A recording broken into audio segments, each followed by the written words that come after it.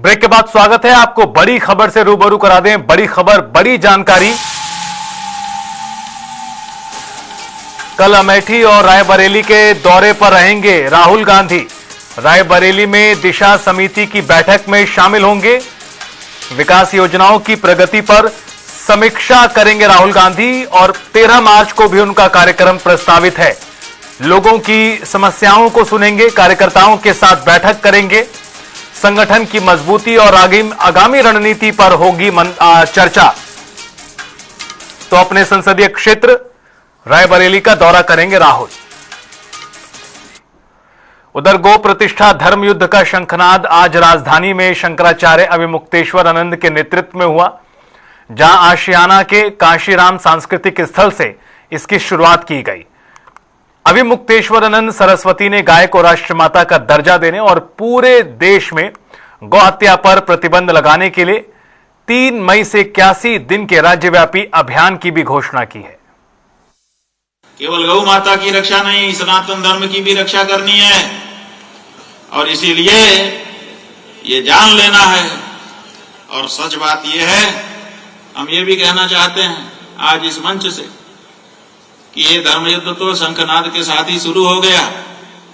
अब तो गीता का ज्ञान चल रहा है, अब समझाइश दी जाएगी। जो जो कृष्ण आप लोग बनना चाहते हैं वो लोग कृष्ण बनिए और जनता को अर्जुन मान करके जाइए, समझाइए कि धर्म युद्ध क्यों जरूरी है। बोल शंकराचार्य भगवान की। क्योंकि आपकी जो जनता है वो अर्जुन बनेगी पहले कि अरे नहीं अपने हैं अपने हैं अपने हैं। कई लोग ऐसे हैं जिनको अभी भी अपने लग रहे हैं, तो उनके मन में मोह है, तो उस मोह को पहले निकालना पड़ेगा। तो आप संतों में से, विद्वानों में से बहुतों को भगवान श्री कृष्ण की भूमिका इस धर्म युद्ध में निभानी है। जनता रूपी अर्जुन को जाकर के समझाइश देना है कि ये युद्ध तेरे धर्म के लिए इसलिए जरूरी है और ये धर्म युद्ध करना है। और उसके लिए हम घोषणा कर रहे हैं कि 52 दिन का समय बीच में है।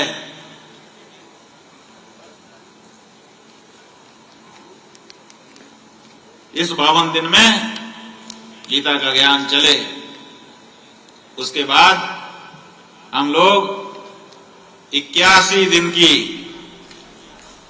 उत्तर प्रदेश की परिक्रमा यात्रा, यह धर्म युद्ध यात्रा। उधर सहारनपुर विकास प्राधिकरण की महत्वाकांक्षी आवासीय परियोजना माता शाकुंभरी देवी न्यू टाउनशिप जल्द लॉन्च होने जा रही है। प्राधिकरण के उपाध्यक्ष संतोष कुमार राय ने बताया कि टाउनशिप को लेकर कुछ कॉलोनाइजर भ्रामक और गलत खबरें फैला रहे हैं। ऐसे लोगों के खिलाफ सबूत मिलने पर कानूनी कार्रवाई की जाएगी। उन्होंने कहा कि यह टाउनशिप नवीन सहारनपुर योजना के तहत विकसित की जा रही है। करीब 50 हेक्टेयर क्षेत्रफल में प्रस्तावित इस परियोजना में से करीब 40 हेक्टेयर भूमि प्राधिकरण को प्राप्त हो चुकी है। देखिए, हमारी जो नई मां शाकंभरी देवी नवीन सहारनपुर के नाम से जो टाउनशिप है, ये टोटल जो 50 हेक्टेयर थे उसमें से 40 हेक्टेयर हमें प्राप्त हो गए हैं और हमने इसमें प्रथम चरण इसका प्रस्तावित कर दिया है, जो रेरा में रजिस्ट्रेशन की प्रक्रिया में है। रजिस्ट्रेशन की प्रक्रिया पूरी इसी उम्मीद है कि सप्ताह पूरी हो जानी चाहिए और उसके बाद हम इसको ला सकेंगे। देखिए, जो भी आपत्तियां प्रारंभ से हुई हैं, आई हैं, उनको हम लोगों ने दूर किया है।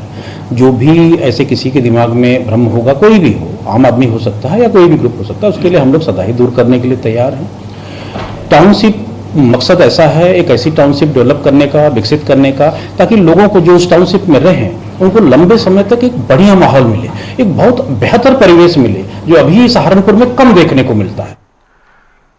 सहायक पुलिस अधीक्षक अंजना दहिया को थाना प्रभारी मीरगंज नियुक्त किया गया है। बता दें कि आईपीएस अंजना ने साल 2023 यूपीएससी की परीक्षा पास की थी। देश की कठिन परीक्षाओं में से एक यूपीएससी में अंजना को 134वीं रैंक हासिल हुई थी। 2024 बैच की आईपीएस अधिकारी को दिसंबर 2025 में बरेली जिले में तैनात किया गया था। यह उनकी पहली जिला स्तरीय पोस्टिंग है। अंजना हरियाणा के रोहतक की रहने वाली हैं। पिता की नौकरी के चलते देश के अलग अलग जगहों पर रहीं। उन्होंने निजी और सेना के स्कूलों से पढ़ाई पूरी की है।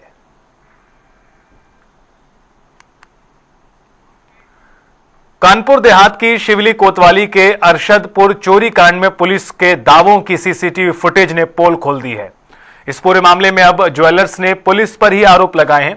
यह पूरा मामला चोरी से जुड़ा है, जिसमें पुलिस ने एक अभियुक्त को गिरफ्तार कर जेल भेजा था, लेकिन सामने आए सीसीटीवी ने पूरे मामले को संदिग्ध बना दिया।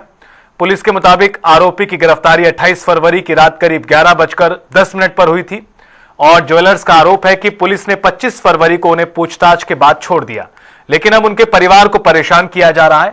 पूरे मामले में पुलिस द्वारा बताई गई गिरफ्तारी की तारीख और सीसीटीवी में दिख रही घटनाओं के बीच 3 दिन का अंतर है। ऐसे में स्थानीय लोगों के बीच चर्चा तेज है कि आखिर सच्चाई क्या है।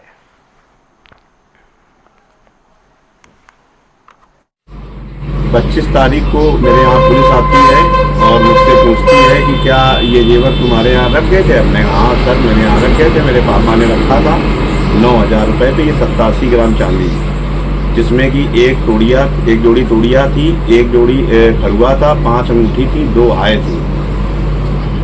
वो जेवर मैंने लोकेश दरोगा जी को दे दिया।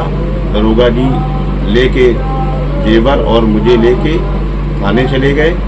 उसके बाद वहाँ से उन्होंने मुझे आधे पौन घंटे बाद छोड़ दिया। फिर दूसरे दिन इन्होंने मुझे बुलाया, फिर मुझे थाने बैठाले रखे, फिर छोड़ दिया। फिर शाम को बुलाया, फिर बैठाले रखे, फिर छोड़ दिया। उसी के बाद उसी शाम से वो मुझे बार बार परेशान कर रहे हैं, मेरे परिवार वालों को प्रताड़ित कर रहे हैं।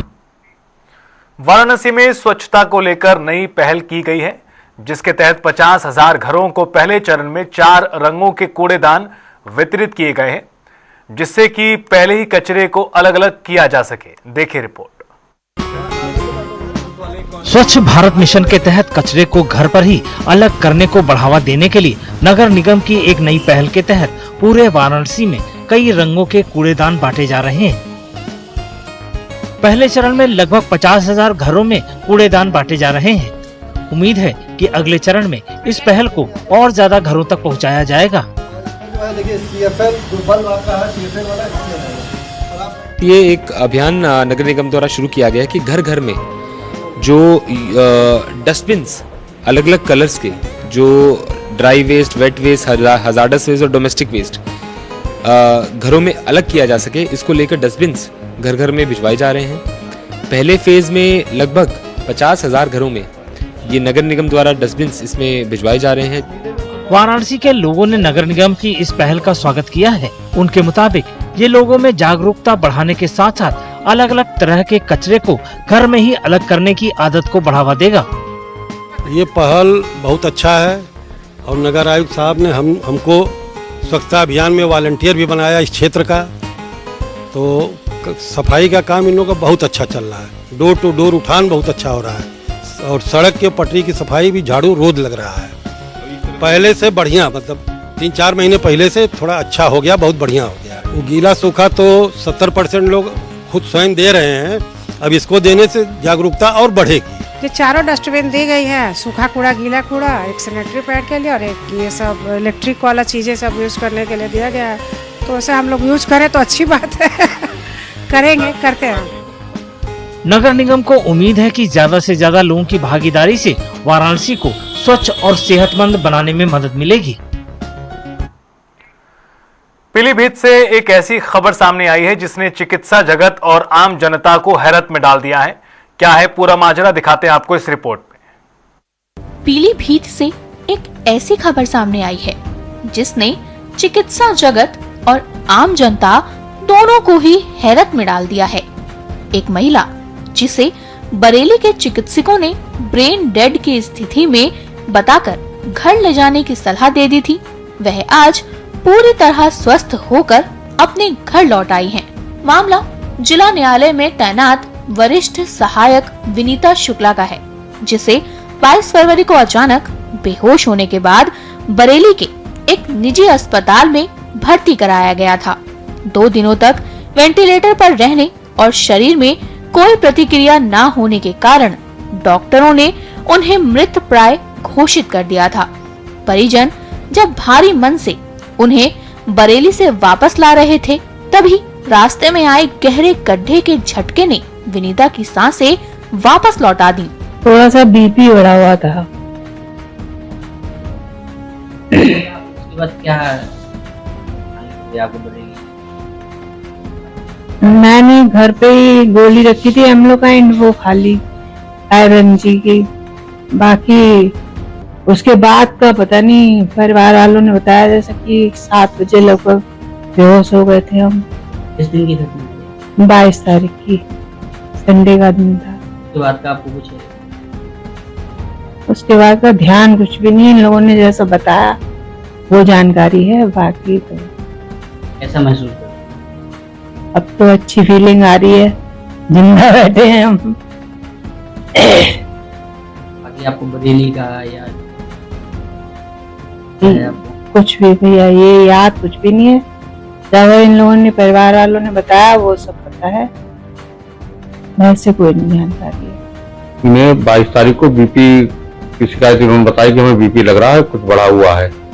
इन्होंने गोली खाई। गोली खाने के बाद करीब आधा या 15 मिनट के बाद ये बेहोश हो गई।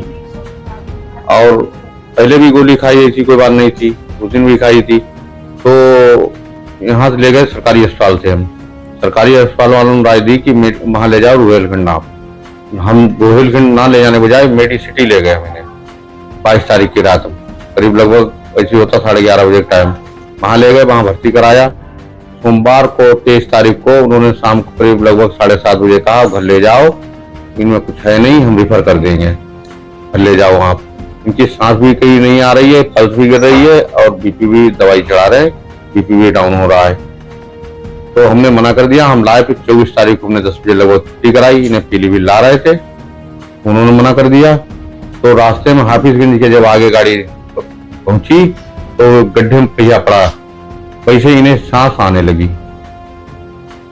एक बार पड़ा पहिया तो इन्हें हल्का मुंह खुला इनका, दोबारा जब पड़ा तो इन्हें सांस आने लगी। पहले सांस नहीं आ रही? नहीं, सांस आ रही होगी, जो हमें तो पता नहीं लग रहा है, एहसास हो नहीं रहा था शरीर के ऊपर से। तो फिर वहां से हम चले तो हम सीधे लाए राकेश सिंह डॉक्टर साहब के पास। वहां इनके हाथों पैरों में कुछ नहीं था, सांस आ रही थी क्लियर। तो वहां मेडिसिटी भी जो था ये उस पे वेंटिलेटर, इन्होंने वेंटिलेटर कुछ नहीं लगाया, बोले आवश्यकता होगी तो लगाएंगे, नहीं तो नहीं लगाएंगे। इनकी इलाज चली है, लगभग 10 दिन हो गए, अब फिलहाल सही है और खाना वाना भी खा रही है, ठीक है। पेशेंट 22 तारीख को अपने घर पे थी और अचानक से छत से लौटी घर पे और चाय का गिलास लिया या कप लिया और जैसे उन्होंने हाथ में उठाया तुरंत वो बेहोश हो गई। हाथ पैरों में कोई हलचल नहीं थी।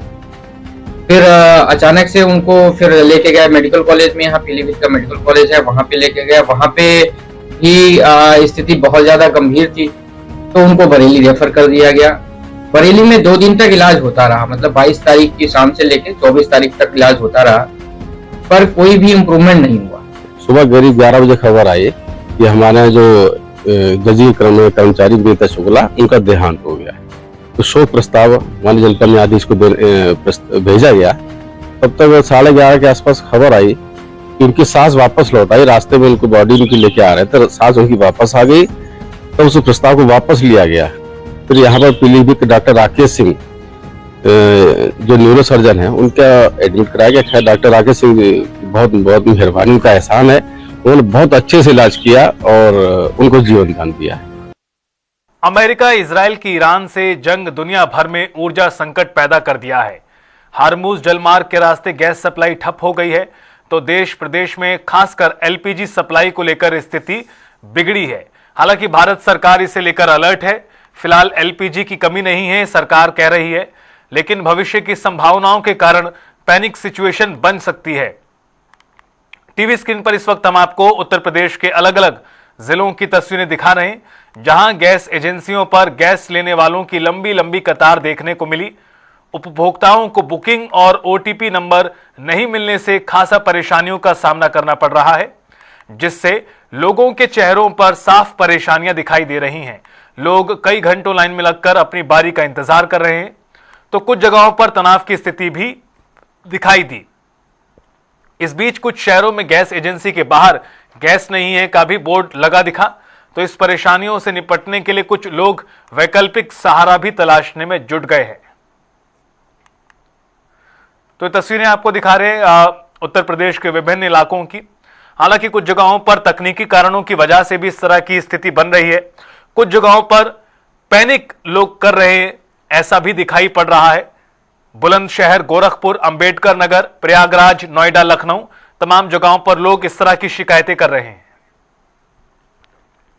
तो अमेरिका इजराइल की ईरान से जंग दुनिया भर में ऊर्जा संकट पैदा कर रही है और ऐसे में अगर जल्द ही खाड़ी देशों में हालात नहीं सुधरे तो फिरोजाबाद के कांच उद्योग पर भी बुरा असर पड़ सकता है। देखिए रिपोर्ट। उत्तर प्रदेश के फिरोजाबाद की पहचान ग्लास सिटी के तौर पर मशहूर है। जिले में चूड़ियों और हाथ से कांच के सामान बड़े पैमाने पर बनाए जाते हैं, जिनकी आपूर्ति दुनिया भर में की जाती है। नाजुक कांच के गहने, मोमबत्ती स्टैंड और सजावटी सामान खास तौर पर पश्चिमी देशों में भेजे जाते हैं। ईरान, इजराइल और संयुक्त राज्य अमेरिका के बीच चल रहे संघर्ष का असर फिरोजाबाद के कांच और चूड़ी उद्योग पर पड़ना शुरू हो गया है। कांच के उद्योग से जुड़े कारोबारियों का कहना है कि हाल ही में RLNG की आपूर्ति में की गई कटौती से उनकी दिक्कतें बढ़ गई हैं। चूड़ी कारोबार सबसे पहले तो केमिकल पे, जितने भी केमिकल और हमारे रॉ मटेरियल हैं उन पे सब पे बेहतर तेजी आई है और सरकार की तरफ से जो हमें RLNG प्रोवाइड की जाती थी उसमें भी कटौती की गई है। इसकी वजह से चूड़ी उद्योग महंगाई की मार से गुजर रहा है। गैस को लेकर क्या है? गैस की अभी जो हमें RLNG के जो कोटे दिए गए थे या गैस जो हमें प्रोवाइड की गई थी छूट दरों पे, वो उनमें भी सरकार की तरफ से कटौती की खबरें हैं। अगर वो कटौती लागू की गई तो लगभग 10 से 12 रुपए की बढ़ोतरी गैस पे देखी जा सकती है। कांच और चूड़ी उद्योग पे सबसे ज्यादा प्रभाव पड़ रहा है, क्योंकि आज अभी पता लगा सुबह की APM में 20% का कट कर दिया गया है। कतार की जो RLNG आ रही थी वो बंद हो गई है, जो 3 लाख घन मीटर गैस प्रतिदिन फिरोजाबाद को मिलती थी। APM फिरोजाबाद के लिए अलॉट थी। उन दोनों में कट लगने से गैस की रेट में करीबन दूना अंतर आ रहा है, जो उद्योग उसको सह नहीं पाएगा। स्थानीय कारोबारियों का कहना है कि खाड़ी क्षेत्र से होकर गुजरने वाले जहाज के रास्तों में रुकावट भी अनिश्चितता को बढ़ा रहा है।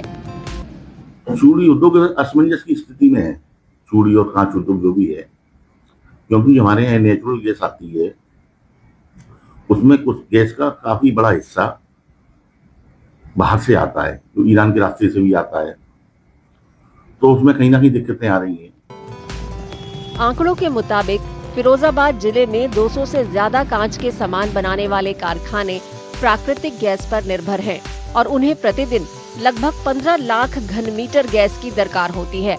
लेकिन आपूर्ति में कमी की वजह से मौजूदा परिस्थितियों में उत्पादन बनाए रखना कारोबारियों के लिए लगातार मुश्किल होता जा रहा है। इससे साफ पता चलता है कि जल्द ही खाड़ी देशों में हालात नहीं सुधरे तो फिरोजाबाद के कांच उद्योग पर बुरा असर पड़ सकता है। उधर अमेठी में मुख्यमंत्री सामूहिक विवाह योजना के तहत भव्य कार्यक्रम आयोजित किया गया, जिसमें 308 जोड़े एक साथ विवाह के बंधन में बंधे। कार्यक्रम में राज्य मंत्री मयंकेश्वर शरण सिंह बतौर मुख्य अतिथि मौजूद रहे और नवविवाहितों को आशीर्वाद दिया। आयोजन में हिंदू और मुस्लिम सभी समुदाय के लोग शामिल हुए। ये योजना गरीब परिवारों के लिए बड़ा सहारा साबित हो रही है।